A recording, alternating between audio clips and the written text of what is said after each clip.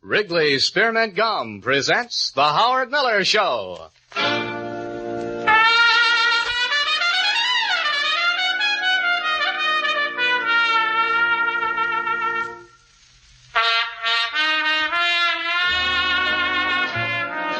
And now here is the nation's celebrated disc jockey with music on records, Howard Miller.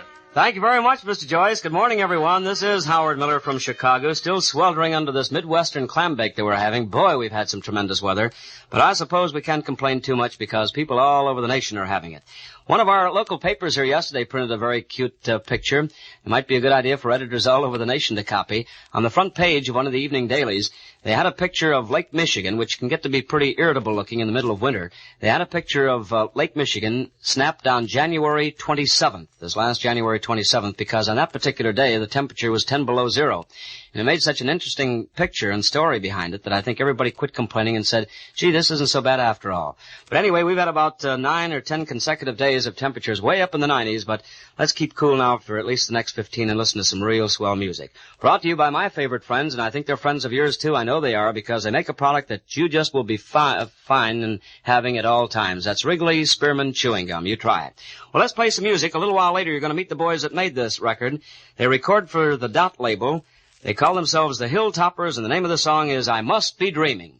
When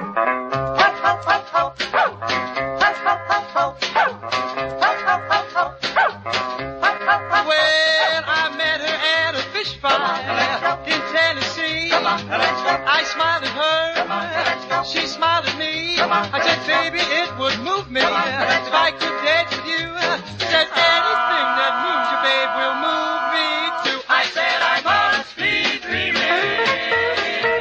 I said, I must be dreaming. I said, I must be dreaming. Life's never been this good to me. Ho, ho, ho, ho, ho. Ho, ho, ho, ho, ho. Well, let's jump this old fish fry. Get out in the sun. Let's go someplace where we can have some fun. I've got lots of time now, honey. What do you want to do? Says anything that moves you, baby, will move me too. I said I must be dreaming. I said I must be dreaming. I said I must be dreaming. Life's never been this good to me. Ho, ho, ho, ho, ho. Ho, ho, ho, ho.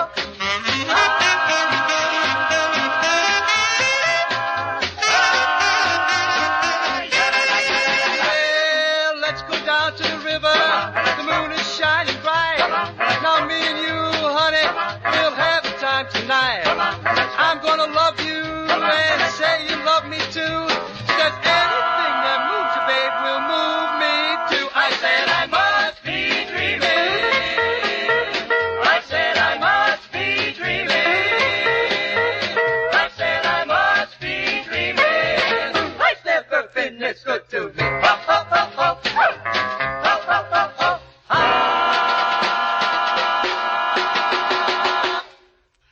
That's the Hilltoppers with a fine and brand new Dot record called I Must Be Dreaming. You know, you mothers can be glad that the kids in the household like Wrigley Spearmint Chewing Gum because, you know, it satisfies without spoiling the appetite. Now, that makes it an ideal treat for all the kids, light and pure and wholesome.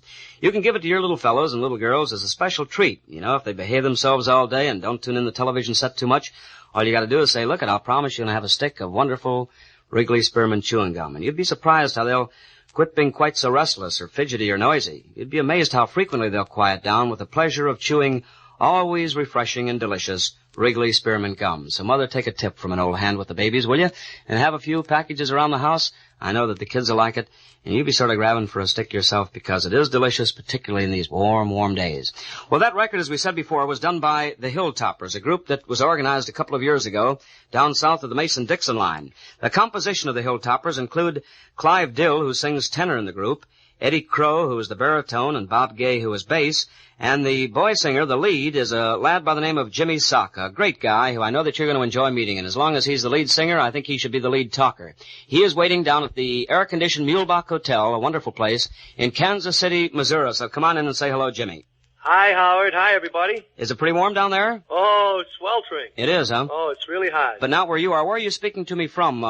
We're speaking from the Trianon Ballroom here in the Mulebach Hotel, and it is cool here, Howard. What is it, a great big ballroom? Well, it's not exactly large, but it's nice and cozy. Uh-huh. Because it sounds like almost studio quality. Gee, the engineers from KMPC down there have certainly done a swell job at setting up the gear. They sure have, Howard, believe me. Now, Jimmy, I just read off the names, the composition of your group. This is not the Hilltopper group that originally started, was it? No, it's not, Howard. The other boys of the original Hilltoppers are now in the Army. Well, two of them are. Seymour Spiegelman and Don McGuire. Yes. And Billy Vaughn is the musical director for Dot Records now, and Billy isn't traveling with us anymore. Yes. Well, now, Jimmy, I haven't met your confederates in the crime of music down there. I would like to meet them. All right.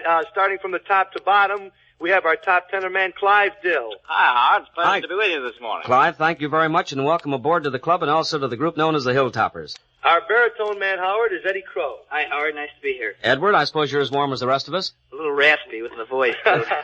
A little raspy, huh? Yeah. Well, you do some vocalizing and you'll be all right tonight when you play your engagement out at Wildwood Lake, that great resort town. I'd better be. And our bass man, Robert Gay. Morning, Howard. Good morning, Bob. How are you? You're really down there, but you deserve to be because you're the bass singer. Yeah, well, a little later on I'll get a little higher. All right, Bob. Now, Jimmy, this group is the group that appears with you. Of course, you're a member of the original group. And this new group now is the ones that appear with you in personal appearances. Is that the idea? That's right, Howard. The original Hilltoppers still do all the recording. Well, how do you do that? Do you send tapes over to Europe or all the boys in America? No, all the boys are in the States. Seymour's in the 69th Army Band at Fort Dix, and Don McGuire's in the AAA outfit in Baltimore. Oh, I see. So it's just by a matter then of conveniently arranging leaves and so forth that you can get together for your recording sessions. That's right. They're close enough to drive into New York for a weekend. Wonderful. Well, now, what will happen after the boys complete their service? Well, when they complete their service, Howard, they will again take their place with the Hilltoppers. Well, that will leave Clive and Eddie and Bob without a lead singer. I wonder by that time maybe I'll be unemployed. Maybe we can start a new group. Called the Valley Toppers. I told you sang great. Well, sure. You said that because you've never heard me. Well, now, Jimmy, what was the start of the Hilltopper group? Actually, how was the act born? Well, we were all students except Billy Vaughn at Western Kentucky State College in Bowling Green, Kentucky. Uh-huh. And in May of 1952, Billy Vaughn was playing in a local night spot outside of the college. Yes, now this is the same Billy Vaughn, excuse me the interruption, the same Billy Vaughn that made the #1 bestseller last year, Melody of Love, wasn't it? That's right, Melody of Love, Silver Moon, and The Waltz You Saved for Me. Yes. But Billy was playing with a combo, and I used to go out to the club that he was playing in, and I used to get up and sing with the band he was playing with. And Billy came up to me one day and said he had written a song, and he would like me to put it on tape so that he could send it away for the purpose of selling the song. So I told him I'd love to do it, and he told me to get a couple boys to sing in the background because we had no band to accompany us. So I got Seymour Spiegelman and Don McGuire, and Billy Vaughn sang baritone, and we got together one morning and we learned the song. That afternoon we put it on an Eicher tape recorder in the school auditorium with just one baby grand piano and the three voices in behind the lead. And that night we brought it to Bill Stamps, a local disc jockey, and he played it. And he got some response to it. So he sent it to Dot Records, which was 50 miles away. And Randy Wood, the president of Dot Records, called us a week later after listening to it quite a few times and told us he wanted to record the song and the group. What song was that? Trying. Oh, that was the big and very auspicious start of the career of the Hilltoppers. That's right. We were very, very, very lucky, Howard. Well, was that your biggest seller up to date? I guess not, but it certainly was one of the biggest, isn't it? Yes, it is. It rates in the top 3. The biggest one was P.S. I Love You. Yes, that was a strange thing. I remember Randy Wood brought me P.S. I Love You. On the other side, something about dying. I'd rather die young. I'd rather die young. That's and we right. sat and listened to it in the audition chamber, and I said then, Randy, I think it's a great song, but it seems to me that it carries a rather macabre significance when it mentions dying when you're young. That's right. And he said, well, I got the same feeling, Howard, and for that reason I backed it up with a standard so that if worse comes to worse, at least it'll sell a few because of the other side, P.S. I Love You. Uh-huh. Well, then, of course, Randy and I were right in one sense, but neither of us had any idea that that thing would go like it did, that P.S. I Love You side. That must have gone a couple of million, didn't it? Well, it went about 1,200,000, Howard. Gee, that's wonderful. Well, since then, of course, you fellows have had fantastic luck. You, good luck, and of course you deserved it. You went off to the service a couple of years ago and spent your time here in the States too, didn't you? No, I didn't, Howard. I went to the Far East. Oh, were you in the Far East? Yes, I was in Korea and Okinawa for over a year. Yes. And I just got back in the States February 15th and discharged February 18th. Well, Jimmy, I'm certainly looking forward to having you make a personal appearance here in Chicago real soon, so you hurry in, will you? Well, Howard, Chicago is one of our favorite towns, and we're looking forward to coming in there, too. Wonderful. Now, the other side of this, I Must Be Dreaming, which can be considered, I suppose, the B-side, the rhythm tune, is this great big hit of yours, which is now being featured in neighborhood theaters because it's theme music of a motion picture of the same name. So let's listen to it. The Hilltoppers, a wonderful act of show business with this great dot recording, The Kentuckian Song.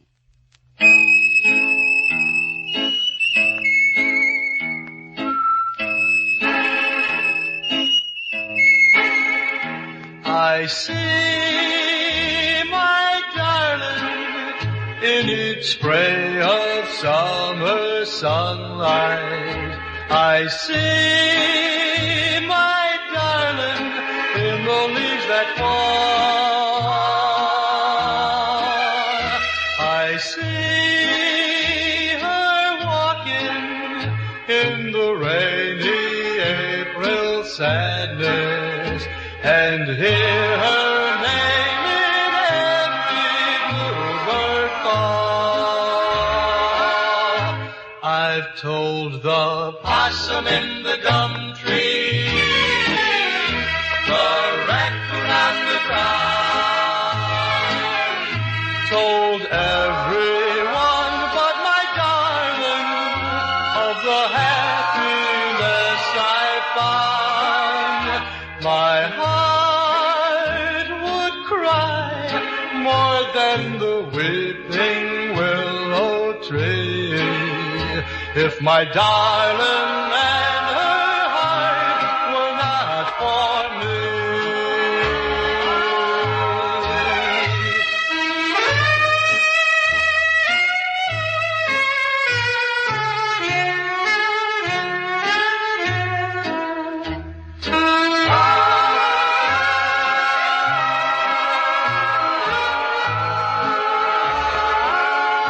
I've told the possum in the gum tree, the raccoon on the ground,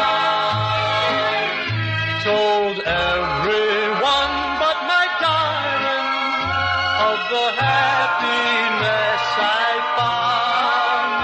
My heart would cry more than the weeping willow tree if my darling and her heart were not for me.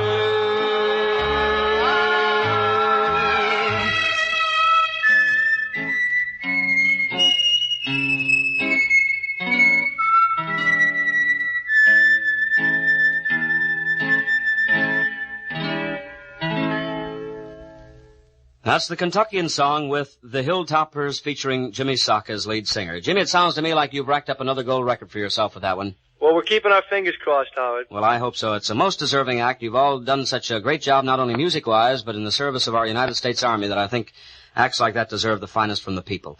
Thank you very much for being there at the Mulebach Hotel today. It was real pleasant talking to you on our CBS wires for the Wrigley people. I hope I see you in Chicago real soon. Ditto, Howard. I'd like to say it's always a pleasure talking to you and all your listening audience there. And we're looking forward, like I said before, to coming into Chicago and saying hi in person. Thank you very much. That was Jimmy Socka, ladies and gentlemen. Now, in the meantime, I hope that you're going to do us all one great big favor. And by so doing us a favor, you're doing yourself a favor. You try our sponsor's product, will you? It's the finest gum in all the world. Wrigley Spearmint Chewing Gum. You'll like it. This is Howard Miller from Chicago. Thanks for listening. We'll see you tomorrow with a great show. You be sure to tune in. Bye-bye. You've just heard the Howard Miller Show with music on records brought to you from Chicago by Wrigley's Spearmint Gum. Be sure and join Howard Miller tomorrow at this same time when his guest will be Mindy Carson from her summer home in Bedford Village, New York. This is the CBS Radio Network.